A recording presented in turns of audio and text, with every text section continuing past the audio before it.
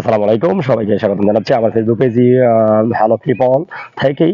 আসলে যে পরিমাণ গরম পড়তেছে, মানে মানুষের হোশ নাই একেবারেতে। এই গরম থেকে আমরা নিজেদেরকে রক্ষা করার জন্য প্রয়োজন মতো ঠান্ডা পানি, অতিরিক্ত ঠান্ডা পানি বলি নেই, ঠান্ডা পানি খেতে হবে। তারপর আমাদেরকে পাতলা বা জামা কাপড় পরতে হবে। বিশেষ করে পাতলা কাপড় কিংবা যে জামা কাপড় আমাদের শরীর প্রচন্ড গরম বা ঘামবে না এরকম কিছু কাপড় চোপড় পরে থাকতে হবে। এবং হাত পাখা আমরা ব্যবহার করতে পারি, বিভিন্ন ছোট ছোট ফ্যান আছে আমরা এগুলো ব্যবহার করতে পারি গরম থেকে বাঁচার জন্য। এটা হচ্ছে পরামর্শ আমার, যে আপনারা অনেকে হয়তো হাত পাখা ব্যবহার করেন, যারা গ্রাম অঞ্চলে থাকেন, শহরে থাকেন, হাত পাখা ব্যবহার করবেন। কিংবা এই বিকাল যে সময়টা, এই বিকাল সময়টা কিন্তু আসলে বাসাতে যথেষ্ট পরিমাণ গরম থাকে। যাদের ছাদ আছে ছাদে গিয়ে বসবেন, উপরে বসবেন। আর যারা এরকম গ্রাম অঞ্চলে আসেন, এরকম পরিবেশে আসবেন, তারা আমার মনে হয় যে এরকম পরিবেশে মোটামুটি সময় দেওয়া দরকার। আমি বুঝতে পারছি, আমার কথা হচ্ছে যে আসলে আমরা আসলে এই গরমটা থেকে বাঁচতে হবে আমাদের সকলকে। ঠিক আছে, এই গরমটা থেকে বাঁচতে হবে।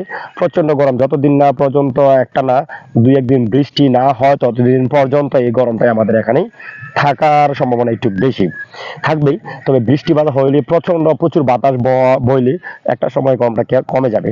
আর সবচেয়ে বিষয় হচ্ছে যে একটা জিনিস খেয়াল করে দেখেছেন, আমাদের দেশে এত তাপমাত্রা যে রাস্তার পিচ সহ গলে যায়। ঠিক আছে, তো আসলে এটা হবে পরামর্শ যে পানি, ঠান্ডা জাতীয় যে সমস্ত খাবার, এই খাবারগুলো খেতে হবে। নিজেদেরকে একটা একেবারে কি বলা হয়, এমন একটা পরিস্থিতি রাখা যাবে না যে পরিস্থিতি আপনি অস্থির ফিল করেন এই গরমের মধ্যে। ঠিক আছে, আসলে আমার মনে হয় এই গরম থেকে বাঁচার জন্য আমাদের যে ধরনের প্রয়োজনীয় পদক্ষেপ নেওয়া দরকার সেগুলোই নিতে হবে। আর গাছপালা, যে পরিমাণ গাছপালা কাটা হচ্ছে, সেই পরিমাণে কিন্তু গাছপালা আমাদের দেশে আর নাই।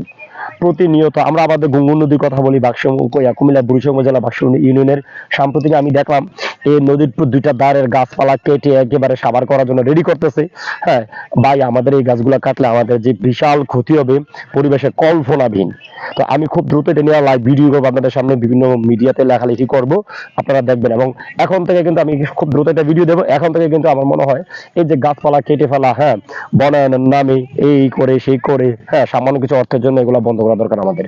যে পরিমাণ গরম পড়ে, এখন যদি গাছপালা কেটে ফেলে মানুষ, জায়গায় জায়গায় গাছপালা কেটে ফেলা হচ্ছে, রাস্তার পাশে গাছ থাকছে না, নদীর পাশে গাছ নেই। হ্যাঁ, তারপর বলা হয় কি, মানে সব মিলিয়ে মিলিয়ে আমরা আমাদের দেশে প্রচুর পরিমাণে গাছপালা লাগানো দরকার। মানুষ গাছপালা কাটছে কিন্তু গাছ রোপণ করছে না। আসুন এটা প্রতিবাদ করে এবং গাছপালা লাগাই, আমাদের পরিবেশের ভারসাম্য বজায় রাখি। ধন্যবাদ।